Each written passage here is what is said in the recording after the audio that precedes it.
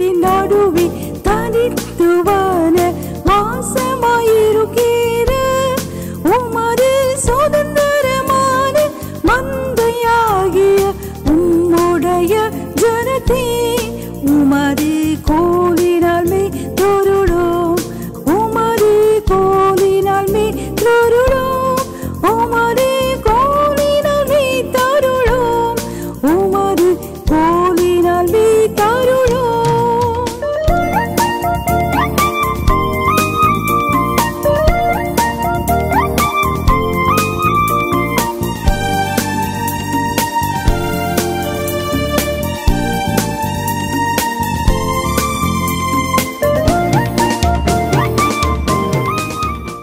யோவான் 14:1 வாசிங்க. உங்கள் இருதயம் கலங்காது இருப்பதாக. என்ன சூழ்நிலை? இயேசு அவங்ககிட்ட சொல்கிறாரு, நான் அவங்கள விட்டு எடுபடும் காலம் வந்தது, என்னை இப்படி சிலுவையில் அறைந்து கொல்லுவார்கள். இந்த செய்தியெல்லாம் கேட்கும்போது அவங்களுக்குள்ளாக பயங்கரமான ஒரு கலக்கம் வருது. அடுத்தால என்ன செய்கிறது, வாட் இஸ் நெக்ஸ்ட், ஒரு கலக்கம் வருது. அவங்க இருதயம் கலங்குது. ஏன்னா அவன் கேட்ட செய்தி அவ்வளோ பயங்கரமான செய்தி. அதனால தான் இயேசுவே சொல்லுகிறார், 16ஆம் அதிகாரம் 5ஆம் வசனத்திலிருந்து வாசியுங்க. John 16 from verse 5. என்னை அனுப்பினவரிடத்திற்கு போகிறேன், எங்கே போகிறீர் என்று உங்களில் ஒருவனும் என்னை கேட்கவில்லை. ஆனாலும் நான் இவைகளை உங்களுக்கு சொன்னதினால் உங்கள் இருதயம் துக்கத்தால் நிறைந்திருக்கிறது. இப்போ எங்கே போகிறாரு, என்ன ஆகும், அதெல்லாம் இயேசு போகிறாரு, தங்க முடியலை. நீ எங்கே போகிறீன்லாம் கேட்கல, இயேசு நம்ம விட்டு போகிறாரு அப்படின்னு அந்த செய்தியை கேட்டனால அவங்களுடைய இருதயம் துக்கத்தால் நிறைந்து இருக்குது. துக்கத்தால் நிறைந்து இருக்குது. அடுத்த வசனம், நான் உங்களுக்கு உண்மையை சொல்லுகிறேன், நான் போகிறது உங்களுக்கு பிரயோஜனமாக இருக்கும். அவர் சொல்கிறாரு, நான் போகிறது உங்களுக்கு பிரயோஜனம்தான், நான் போகிறது உங்களுக்கு பிரயோஜனமாக இருக்கும். நான் போகாதிருந்தால் தேற்றரவாளன் உங்களிடத்திலே வரான். நான் போகிறது உங்களுக்கு நல்லதுதான் சொல்கிறார். ஆனால் அவங்க இருதயம் கலங்கி இருக்கு. 22ஆம் வசனம் கூட வாசியுங்க.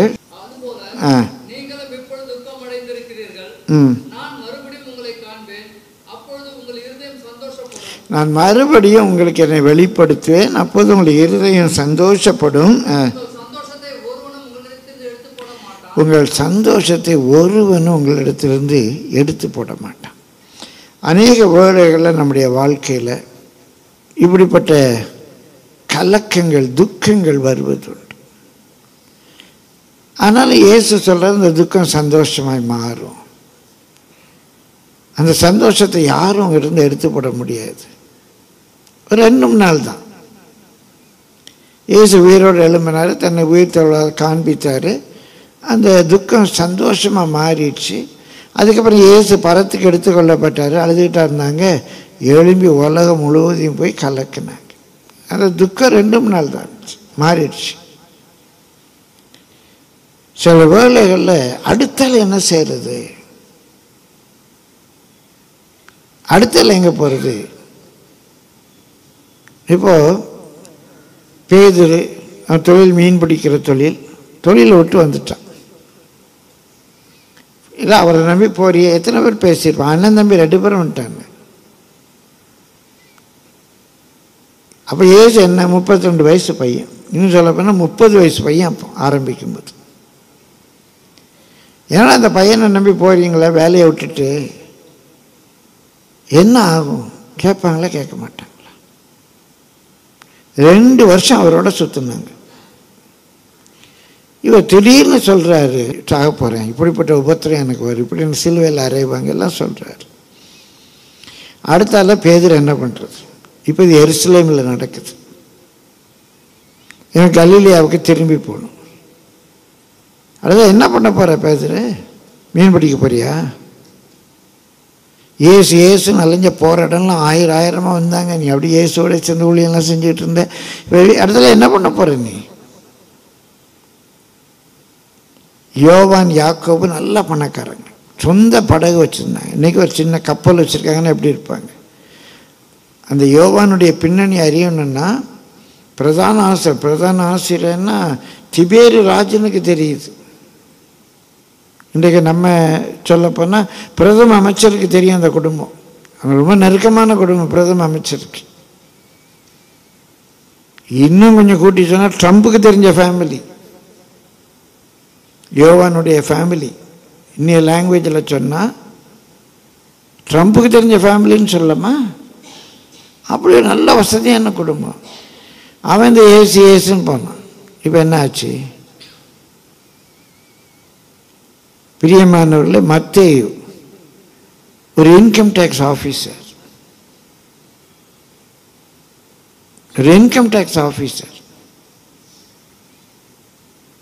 எல்லாத்துக்குமே வேலையை தூக்கி கடாசிட்டு இவருக்கு பின்னால் வந்துட்டான்.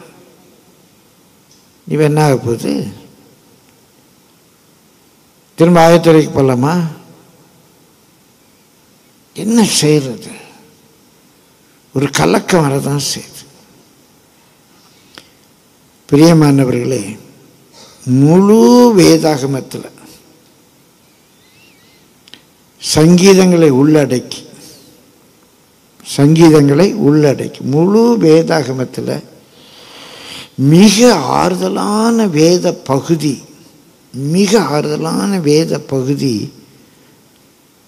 யோவான் 14, 15, 16, இயேசுவினுடைய ஜெபம் 17.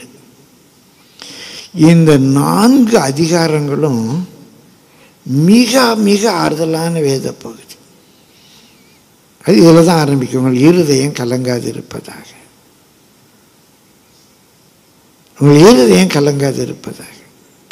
அதில் மாத்திரம் ஒரு 7 வாக்குத்தத்தம் சொல்கிறார். 21ஆம் வசனத்தில் சொல்லுவார், நான் உங்களில் அன்பாக இருந்து உங்களுக்கு என்னை வெளிப்படுத்துவேன். 13, 14 வசனங்களில் சொல்வார், என் நாமத்தினால எதை கேட்டாலும் அதை நான் செய்வேன்.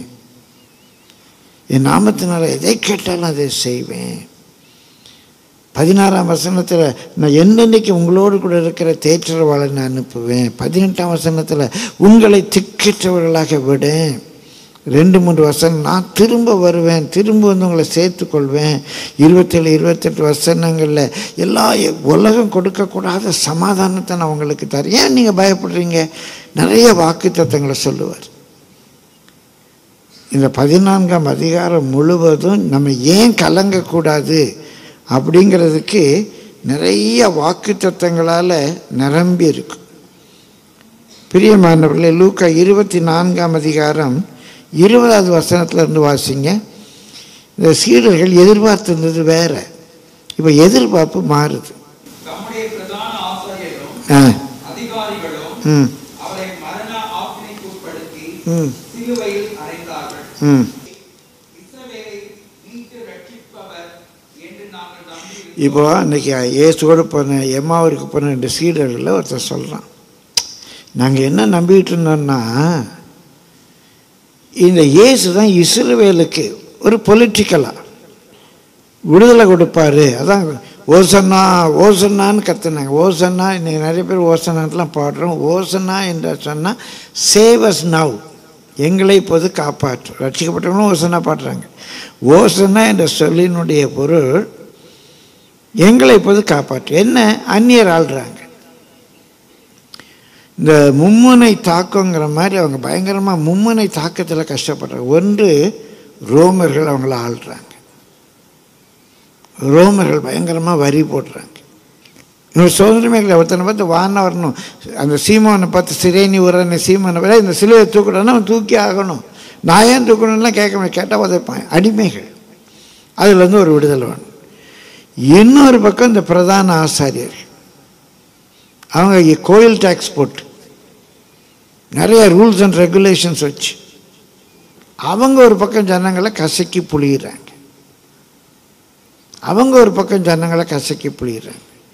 இன்னொரு பக்கம் ஏரோதியன், அவன் தான் அவங்க இன்னைக்கு ராஜாங்க. அவன் தனியாக வந்து ஆட்சி செய்கிறான். பாமர மக்கள், எளிய மக்கள் இந்த 3 பேர்த்தையும் மாட்டிக்கிட்டு கதறாங்க. இந்த இயேசு வந்தோடனே நினைக்கிறாங்க இந்த இயேசு நம்ம விடுவிப்பார், இந்த அடிமைத்தனத்துலேருந்து ஒரு புரட்சி வரும். நம்ம பரபாஸ் சொன்னால் திருடன்னு நினைக்கக்கூடாது. பரபாஸ் அன்றைக்குள்ள ஒரு தீவிரவாதி.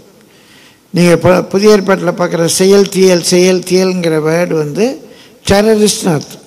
ஜெலட் அப்படின்னு இங்கிலீஷில் இருக்கும், அதை தமிழில் செயல் தியல்னு போட்டிருப்பாங்க.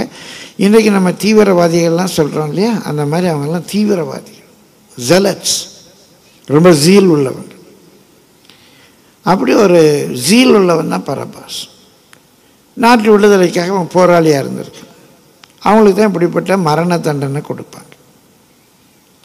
சிலுவை மரண தண்டனை அவங்க ராஜாவுக்கு விரோதமாக போராடினவர்களுக்கு தான். ஏதோ இந்த பிக் பாக்கெட் அடித்தான் அதை அடித்தாலும் சிலுவை மரண தண்டனை கிடையாது. ராஜாவுக்கு விரோதமாய் போராடினதான், ரோம பேரரசுக்கு விரோதமாய் போராடினவங்களுக்கு தான் அந்த சிலுவை மரணம். மற்றபடி கல்லறிஞ்சு கொண்டுருவாங்க, இல்லை பட்டயத்தில் வெட்டிடுவாங்க. அவமானப்படுத்தி அடித்து கிழித்து சிலுவையில் தொங்க விடுவது ராஜதுரோகம்.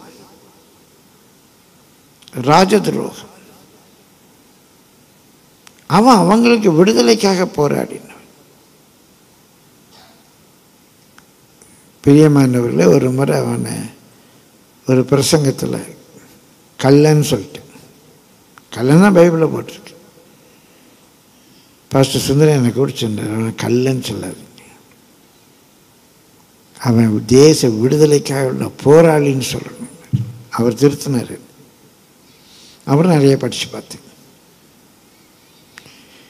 இப்போ இவங்கெல்லாம் என்ன நினைக்கிறாங்க, இந்த பஸ்கா பண்டிகையோட இயேசு நமக்கு ஒரு விடுதலை போர் நடத்துவார். ஏன்னா ஆயிரக்கணக்கான ஜனம் போகுது, போகலாம், பிலாத்து வீட்டை முற்றுகை போடலாம், எப்படி என்னமா ஏதோ யோசிக்கிறாங்க. அதான் அவன் சொல்கிறான், அவர் எங்களை ரட்சிப்பார் என்று நாங்கள் நினச்சோம். அவரே சிலுவைக்கு போயிட்டார். என்ன அருமையாக இருக்குது பாருங்கள். அவர் இஸ்ரவேலை மீட்டு ரட்சிப்பவர் என்று நாங்கள் நம்பி இருந்தோம், அவரை சிலுவையில் இறங்கி 3 நாள் ஆயிடுச்சு. ஒரே எப்படி இருக்கும் கலக்கம். அதில் அன்றைக்கு காலையில் ஒரு செய்தி வருது, தொடர்ந்து வாசிங்க. ஆனாலும் எங்கள் கூட்டத்தைச் சேர்ந்த சில ஸ்திரீகள் அதிகாலமே கல்லறிடத்திற்கு போய் அவருடைய சரீரத்தை காணாமல் திரும்பி வந்து அவர் உயிரோடு இருக்கிறார் என்று சொன்ன தேவதூதரை தரிசித்தோம் என்று சொல்லி எங்களை பிரமிக்க பண்ணினார்கள். கலங்க பண்ணாங்க.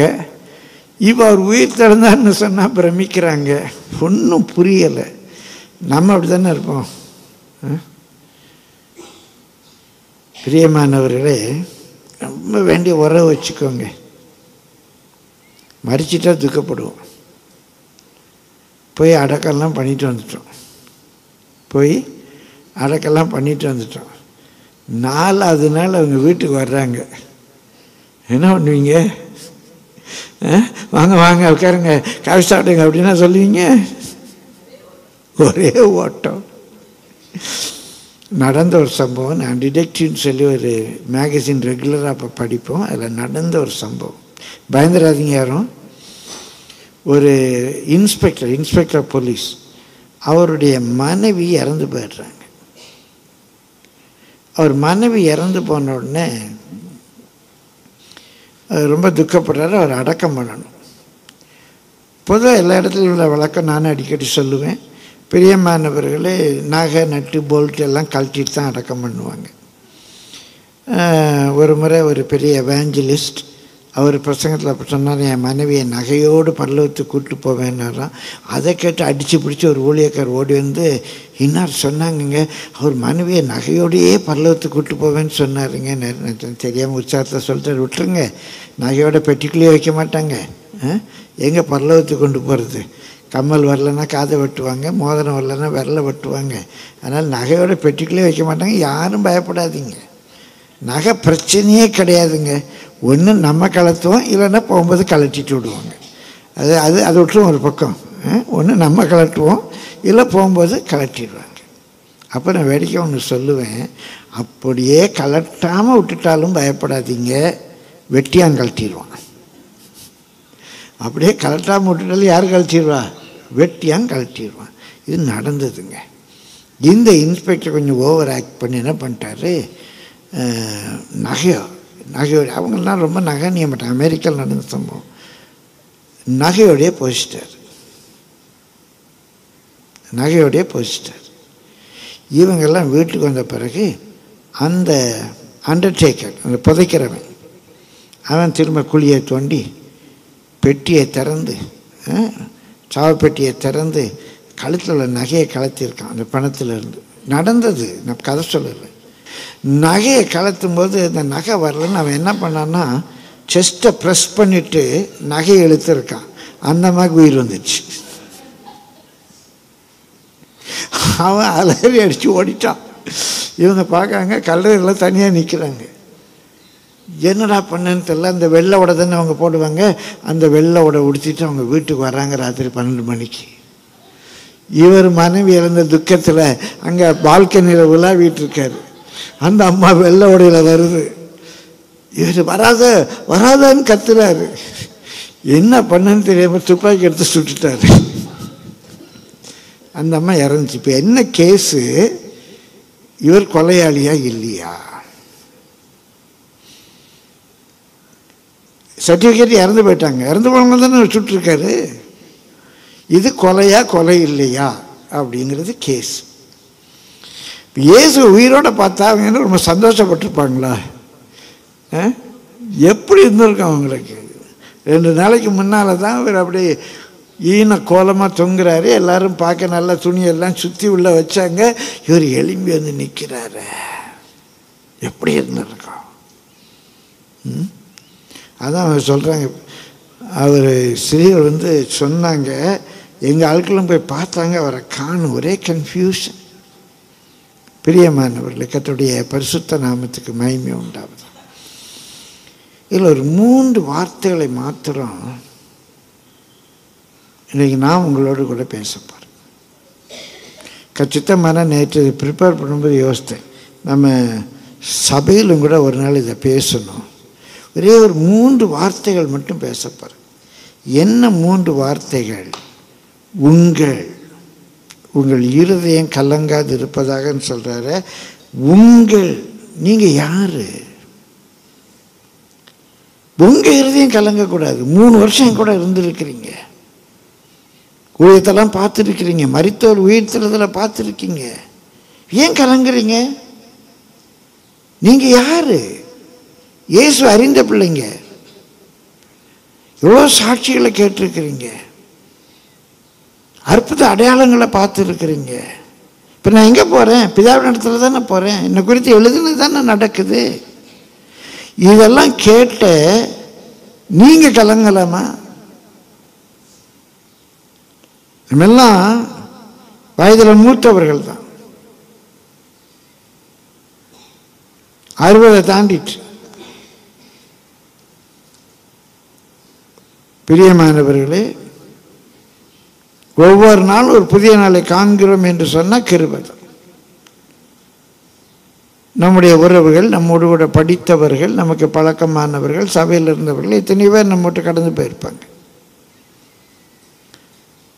நம்ம நிறைய சாவை பார்த்துருக்கோம். நாமும் ஒரு நாள் மரணம் வரும்னு தெரியும். ஆனால் நமக்கு மற்றவர்களுக்கு ஒரு பெரிய வித்தியாசம் வேண்டாமா? நம்முடைய இருதயம் கலங்கலாமா?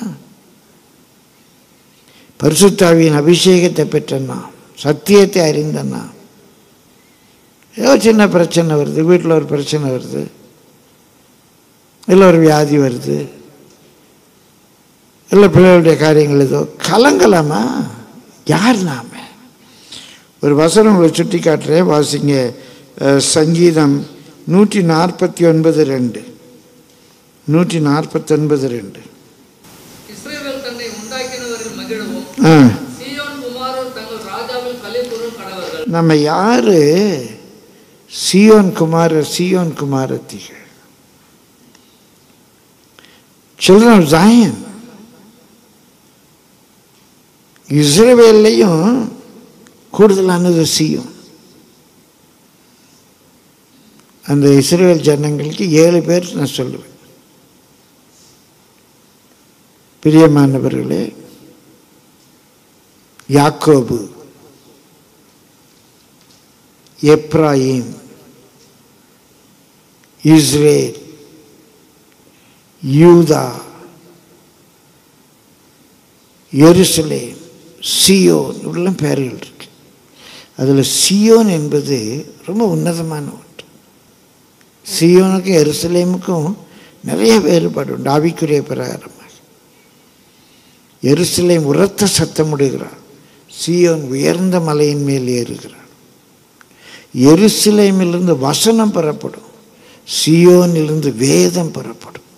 சியோனுக்கும் எருசலேமுக்கும் நிறைய வித்தியாசம். ரொம்ப உன்னதமான நிலை. ஆவிக்குரிய வாழ்க்கையில் நம்மெல்லாம் சியோன் குமார். சியோன் குமாராகிய நம்முடைய இருதயம் எந்த சூழ்நிலையிலே சத்துரு வெள்ளம் போல வந்தார், மதிலை மோதி அடிக்கிற பெரு வெள்ளத்தின் இரைச்சல் கேட்டார், நம்ம இருதயம் அசையவும் கூடாது, ஆடவும் கூடாது. கர்த்தருடைய பரிசுத்த நாமத்துக்கு மகிமை உண்டாவதாக. சங்கீதம் 5:11 கூட வாசிங்க, கொஞ்சம் குறித்து கொள்ளுங்க. உண்மை நம்புகிறவர்கள் யாவரும் சந்தோஷித்து எந்நாளும், எந்த நாள், நல்ல நாளோ கெட்ட நாளோ, இன்ப நாளோ துன்ப நாளோ, எந்நாளும் கம்பீரிப்பார்களாக.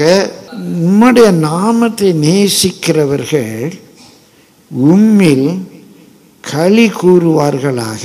உங்கள் இருதயம், ஏன் இருதயம் கலங்கக்கூடாது? பசுந்தரி அடிக்கடி ஒன்று சொல்லுவார், others me you can not. இதே சூழ்நிலையில் அதர்ஸ் மீ, உங்கள் கொலீக்ஸ், உங்கள் உறவுகள், சத்தியத்தை அறியாதவர்கள், அவங்க என்ன செய்யலாம்? கொஞ்சம் கலங்கலாம். நீங்கள் என்ன செய்யக்கூடாது? கலங்கப்படாது. நீங்கள் யாரப்பா? அவருடைய பிள்ளை இல்லை, அவருடைய பிள்ளை இல்லை. அது நேசகுமார் எழுதியிருக்காங்க, சாதாரண பிள்ளை கூட இல்லை. கலங்கமா அது? பிரியமானவர்களே, எந்த சூழ்நிலையிலேயும் நம்முடைய இருதயம் கலங்கக்கூடாது. நான் யார்? அந்த உங்கள் அப்படிங்கிறது முதலாவது, நான் யார் என்று நான் அறிந்து கொள்கிறேன்.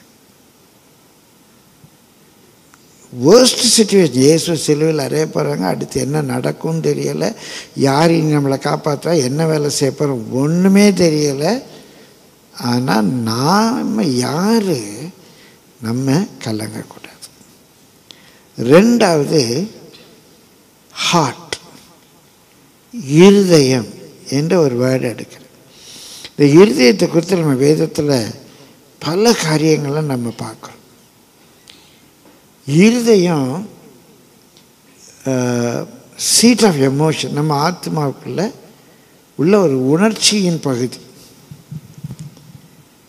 உணர்ச்சியின் பகுதி, உணர்வல்ல, உணர்ச்சி. கோபம், எரிச்சல், சந்தோஷம், துக்கம், ஏக்கம், இதெல்லாம் இருக்கிற ஒரு இடம்தான் இருதயம். இந்த இருதயம் மகா திருக்குள்ளது கேடுள்ளதெல்லாம் சொல்லியிருக்கு. இருதயம் எளிதாக துவண்டு போயிடும். சாதாரண பேசணும் சொல்லுவோம், மனம் கேட்கலைங்க, தெரியுதுங்க. எனக்கு எங்கே தெரியுது? மூளையில் தெரியுது. ஆனால் என்ன கேட்க மாட்டேக்கு? மனசு கேட்க மாட்டேக்கு. மனசு கேட்க மாட்டேங்க. அதான போராட்டம்.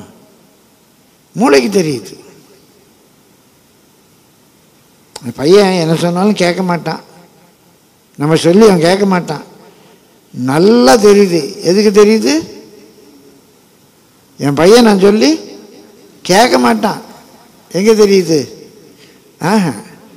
மூளைக்கு தெரியுது. நான் சொல்லி அவன் கேட்க மாட்டான், அவன் சொல்லி கேட்க மாட்டான், அதனால நான் ஏன் சொல்லணும் அப்படின்னு இருக்க முடியல. எது ஒத்து வர மாட்டேக்கு? மனசு ஒத்து வர மாட்டேக்கு. மனசு, மூளைக்கு தெரியுது. அதான் எமோஷன். அதான் எமோஷன். பிரியமானவர்களே, நம்ம அறிவு வேற, உணர்வு வேற. இந்த உணர்வுகளின், உணர்ச்சிகளின் இருப்பிடம்தான் நம்முடைய இருதயம். துவண்டு போகுது. இப்போ அந்த இருதயம்தான் கலங்குது, ட்ரபுள்டு. கலங்குது என்ற சொல்லினுடைய பொருள் பிரியமானவர்களே, ட்ரபுள் அப்படிங்கிற சொல்லினுடைய பொருள் ஒரு ஏக்கம், ஒரு டிஸப்பாயின்மெண்ட், ஒரு கன்ஃபியூஷன். வேதனை மட்டும் இல்லை, கலக்கம் வேறு, வேதனை வேறு. கலக்கங்கிறது வெறும் வேதனை இல்லை. இப்போ ஏசு சிலுவையில் அறையிறாங்களே, கையில் ஆணி அடிப்பாங்களே, காலில் ஆணி அடிப்பாங்களே, அப்படிங்கிறது என்னது? வேதனை. இது வேதனை இல்லை, ட்ரபுள்டு, கலங்குறாங்க. ஏன் இப்படி அவருக்கு நடக்கு? நம்ம ஏதாவது செய்ய முடியுமா? அடுத்தால் நம்ம என்ன பண்ணுறது? இந்த திகைக்கிறது, டைரக்ஷன்லெஸ், ரொம்ப எளிமையாக சொன்ன கன்ஃபியூஸ்ட், ஒரே குழப்பமாக இருக்கு. என்னங்க அப்படி ஒரே குழப்பம்? அடுத்தது என்ன பண்ணன்னு தெரியல. அவங்க துக்கப்பட்டார்கள் என்றல்ல, இருதயம் கலங்கிட்டு இருக்குது. இருதயம் கலங்கிட்டு இருக்குது. அடுத்தால என்ன பண்ணுறது?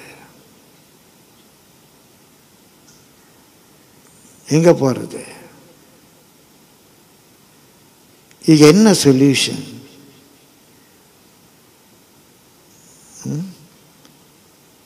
என்ன பண்ணுறதுன்னு தெரியலையே.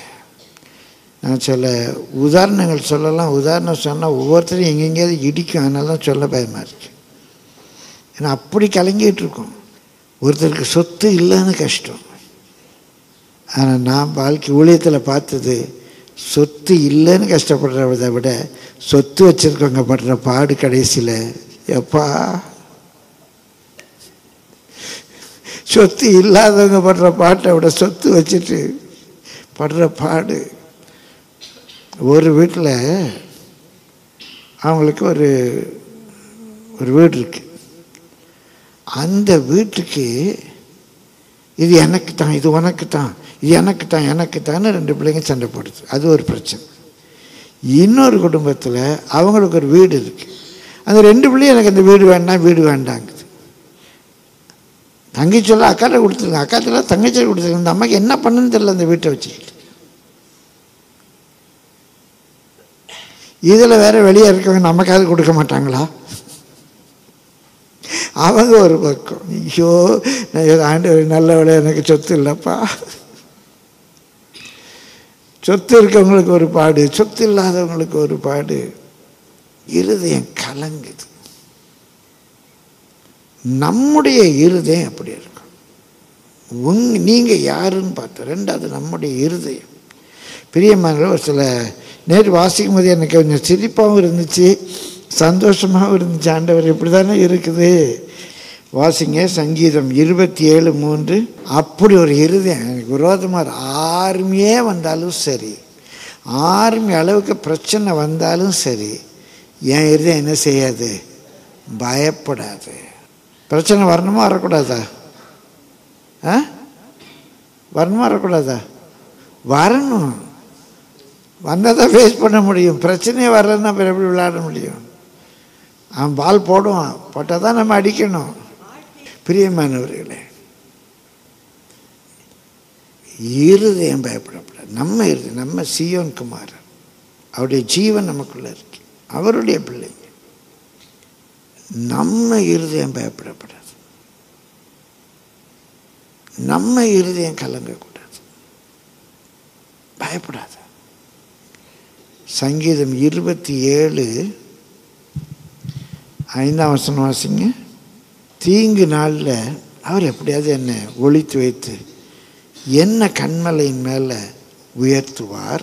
என்னுடைய இருதயம் உம்மிடத்தில் சொல்லிட்டு. அந்த இருதயம் ஆண்டவரோட பேசணும். மூளை பேசினா போதாது, என் இருதயம் அவரோடு கூட பேசணும். சத்துரு பெருகிறான், பிரச்சனைகள் பெருகுது, இருதயம் ஸ்ட்ராங்காக இருக்கு. ஒரு நாள் ஒரு சிஸ்டர் பாஸ்டர் சார்ல்ஸ் சார்ன்ட்டு வந்தாங்க. சார்ல்ஸ் சார்ன்ட்டு வந்து, சார்ல்ஸ் சார் கொஞ்சம் ஒரு மாதிரி வேடிக்கையாக பேசுவார். சார்ல்ஸ் சார்ன்ட்டு வந்து, பாஸ்டர் ராத்திரிலாம் ரொம்ப நெஞ்சு வலிக்கு பாஸ்டர். நீ ஒன்றும் கவலைப்படாதீங்க சிஸ்டர், உனக்கு ஒன்றும் ஆகாது. அப்படியா பாஸ்டர், உண்மையாவா? ஆமாம் சிஸ்டர், ஒன்றும் பயப்படாதீங்க, உங்களுக்கு ஒன்றுமே ஆகாது. அப்படியா பாஸ்டர், ரொம்ப தேங்க்ஸ் பாஸ்டர், ரொம்ப பயந்துட்டேன் பாஸ்டர். ஐயோ ஒன்றுக்கும் கவலைப்படாதீங்க, ஹார்ட் அட்டாக்கே ஹார்ட் இருக்கவங்களுக்கு தான் வரும், உங்களுக்கே வரப்போகுதுன்னாராம். ஹார்ட் அட்டாக் யாருக்கு வரும்? ஹார்ட் இருக்கிறவங்களுக்கு தான் வரும், உங்களுக்கே வரப்போகுது அப்படின்னாராம். பெரியம்மா ஒன்றும் பயப்படாதீங்க, நம்ம ஹார்ட்டு ஸ்ட்ராங்காக இருக்கணும். சங்கீதம் 57 7-8 வாசிங்க. என் இருதயம் ஆயத்தமாக இருக்கிறது, தேவனே என் இருதயம் ஆயத்தமாக இருக்குது. எதுக்கு ஆயத்தமாக இருக்குது? நான் பாடி கீர்த்தனம் பண்ணுவேன், இருதயம் ஆயத்தமாக இருக்குது. எதுக்கு ஆயத்தமாக இருக்குது? உங்கள்கிட்ட வர்றதுக்கு. எப்படியாவது பிரச்சனைலாம் விட்டு போயிடணும், இதே தான் இந்த எலியாவுடைய ஆவி. போதுமடா சாமியா, அதுக்கு ஆயத்தமாக இருக்குது. பிரச்சனையை ஃபேஸ் பண்ண ரெடியாக இருக்குது. அது இங்கிலீஷில் வாசித்து பாருங்க. My heart is fixed, O Lord my heart is fixed. Ready. வரட்டும், போடுவா, பால் போடு, அடிக்கிறேன், ரெடி. அடுத்த வசனம் ரொம்ப அழகாக இருக்கு. நான் ஒரு முறை ஏசியில் அதை பேசியிருக்கிறேன். என் மகிமையை விழி, வீணையை சுரமண்டலமே விழியுங்கள். இப்போ வீணை சுரமண்டலம்னு என்ன பண்ணுது? இப்போ அடுத்துட்டு தூக்கி வச்சுட்டாங்க. வாஸ்த வயலின்னு, கிட்டாரு, ஊழியம் எல்லாம் தூக்கி ஓரம் கட்டியாச்சு. டம்புல்ஸ் எல்லாம் எடுத்து வச்சிட்டிங்களா? எக்ஸசைஸ் பண்ணதெல்லாம் போதும்ப்பா, என்னத்த பண்ண, என்ன எல்லாம் ஓரம் வச்சு கட்டியாச்சா? என்னத்தை இன்னும் வயசாகி போச்சு. எடுங்க திரும்ப, வீணையை விழி, சுரமண்டலமே விழியுங்கள். காலையிலே எழும்பி திரும்ப பழைய ஜெபம் ஆரம்பிக்க போகிறேன். அதிகாலையில் விழித்துக் கொள்வேன். ஆண்டவரே, இதனுடைய ரகசியம் என்னென்னா, இது வரைக்கும் ஜனங்கள்கிட்ட போய் ஆண்டவரை கைவிட்டார், ஆண்டவருக்கு ஒன்றுமே செய்யலை, நான் ஜெபிச்சுக்கிட்டே இருக்கேன், பதில் கிடைக்கல, ஆண்டவர் எனக்காக ஜெபிச்சுக்கோங்க அப்படின்லாம் நான் அழுது புலம்புனேன். எல்லாத்துக்கும் ஃபுல் ஸ்டாப் போட்டேன். இனி ஜனங்கள்கிட்ட போய் என்ன செய்ய போகிறேன்? ஆண்டவரை துதிக்க போகிறேன், ஆண்டவர் நல்லவன்னு சொல்ல போகிறேன், ஆண்டவர் கைவிட மாட்டார்னு சொல்ல போகிறேன், ஆண்டவர் நடத்துகிற வழியை சொல்ல போகிறேன். ஹல்லேலூயா. எழும்பி குதித்து ஹல்லேலூயா, இனி நான் செய்ய போகிறேன், தீர்மானம் பண்ணுங்க. என் இருதயம் ரெடி ஆயிடுச்சு, என் இருதயம் ரெடியாக இருக்குது. Hallelujah, hallelujah, praise the lord, praise the lord, praise the lord. நீங்கள் யார்? சீயோன் குமார். உங்கள் இருதயம் எப்படி இருக்கணும்? ரெடியாக இருக்கணும். மூன்றாவது, உங்கள் இருதயம் கலங்காதிருப்பதாக. கலங்கிறதுனா என்னென்ன ஏற்கனவே சொன்ன ஒரு கன்ஃபியூஸ்டு ஸ்டேட், அதுக்கு பேர் தான் கலங்கிறது. பிரியமானவர்களே, ஒரு மாதிரி பதஷ்டப்படுறது, இதுதான் கன்ஃபியூஸ் ஸ்டேஜ். ஏன் இப்படிப்பட்ட கன்ஃபியூஷன் வருது? சங்கீதம் 43:5 வாசிங்க. ஏன் கலங்குகிறாய், ஏன் எனக்குள் தேங்குகிறாய்?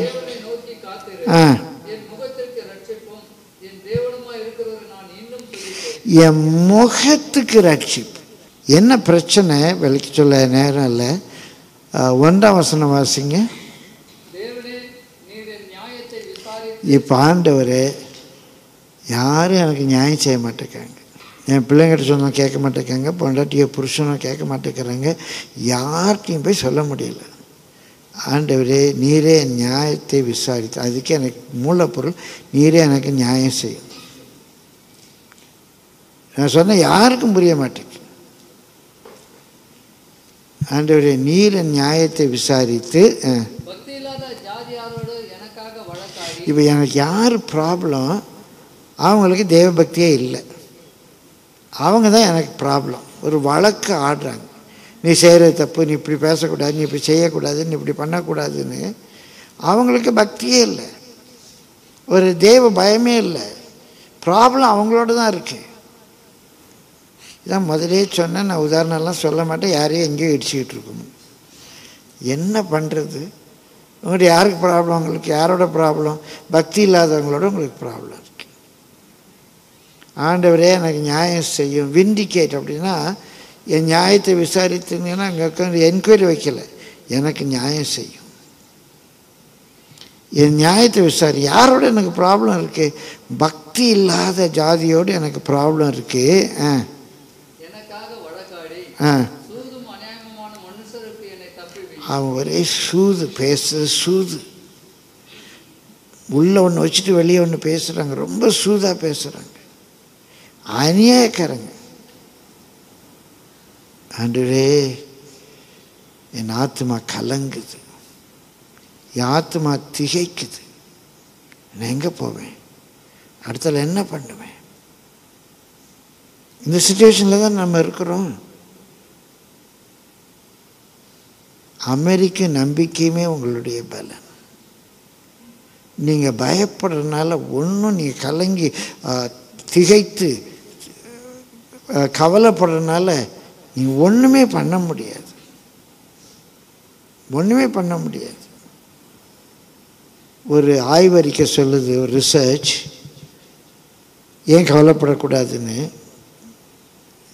நம்ம கவலைப்பட்டு ஐயோ என்னாகுமோ என்னாகுமோ நினைக்கிற மாதிரி 80 விழுக்காடு அப்படி நடக்காது. நீங்கள் பயந்த மாதிரி நடக்காது, பயப்படாதீங்க. இன்னும் ஒரு 10-13 விழுக்காடு நீங்கள் பயப்பட்ட மாதிரி காரியம் நடக்காது என்று மாத்திரமல்ல, நீங்கள் பயந்தனாலேயே அதை செய்ய வேண்டியதை செய்யாமல் குழப்பிடுவீங்க. அந்த பதறின காரியம் சிதறிடும், பதற காரியம் சிதறிடும். நீங்கள் கொஞ்சம் அமெரிக்கா இருந்தீங்கன்னா ஒரு தீர்மானம் எடுத்திருக்கலாம். ஒரு 80 விழுக்காடு போல் நீங்கள் நினச்ச மாதிரி என்ன செய்யாது, அப்படி நடக்கவே போகிறதில்ல, நீங்கள் பயந்தது வேஸ்ட்டு. இன்னொரு 10-13 விழுக்காடு நீங்கள் பதறினாலேயே சரியான தீர்மானம் எடுக்க முடியாமல் போயிடுச்சு. கொஞ்சம் நிதானமாக இருந்தால் செய்திருக்கு. நிதானம் என்ற தமிழ் சொல் மிக அருமையான தமிழ். நில் தான் அம். நான் எடுத்த ஸ்டாண்டில் அழகாக நிற்பேன். அம்முன்னா அழகு, அம்மு அம்மா, அம்னா அழகு. நில் தான் அம். நான் எடுத்த ஸ்டாண்டில் அழகாக நிற்பேன், அதுதான் நிதானம். இந்த நிதானம் இருந்துச்சுன்னா அந்த ப்ராப்ளத்தை நம்ம சால்வ் பண்ணியிருக்கலாம். இந்த ப்ராப்ளம் ஏன் சால்வ் பண்ண முடியாமல் போய் தெரியுமா? நிதானம் இல்லை. இன்னொரு 6-7 விழுக்காடு நீங்கள் என்ன பண்ணாலும் அதை மாற்ற முடியாது, அதை ஃபேஸ் பண்ணி தான் ஆகணும். நீங்கள் கவலைப்படுறதுனால ஒரு முளத்தை கூட்டவும் முடியாது, குறைக்கவும் முடியாது, அதை ஃபேஸ் பண்ணி தான் ஆகணும். அப்போது 100 விழுக்காடு நீங்கள் கவலைப்படுறது வேஸ்ட். உங்கள் இருதயம் கலங்காது இருப்பதாக. நீங்கள் யார்? சீயோன் குமார். உங்கள் இருதயம் என்ன? ரெடியாக இருக்கணும். நீங்கள் என்ன செய்யக்கூடாது? எந்த இதுலேயும் ஹேஸ்டியாக கலங்கி தகைத்து என்ன பண்ணுமோன்ட்டுலாம் இருக்கக்கூடாது. எல்லாம் பாசிங்லாம், எல்லாம் 2 நாள் கழிச்சு எழும்ப போகிறார், அவ்வளோதானே. எல்லாவற்றுக்கும் முடிவு உண்டு. நம்ம நம்பிக்கை ஒருபோதும் வீண் போகாது. இன்று கண்ட எகிப்தியன் இனி ஒருபோதும் காணாது இருப்பார். இந்த ராத்திரி அந்த எகிப்தியன் விரட்டிட்டு வர்றதை பார்த்தாங்க. அடுத்த நாள் காலையில் அந்த பிணத்தை தான் பார்த்தார்கள். எந்த எகிப்தியனை கண்டு கலங்கணுமோ அடுத்த நாள் காலையில், ஒரே நாள் ராத்திரி சிச்சுவேஷன் மாறிடும். ஒன்றும் பயப்படாதீங்க, ஒன்றும் பயப்படாதீங்க. கர்த்தர் கைவிட மாட்டார். கர்த்தருடைய கிருபை என்னன்றைக்கு நம்மோடு கூட இருப்போம்.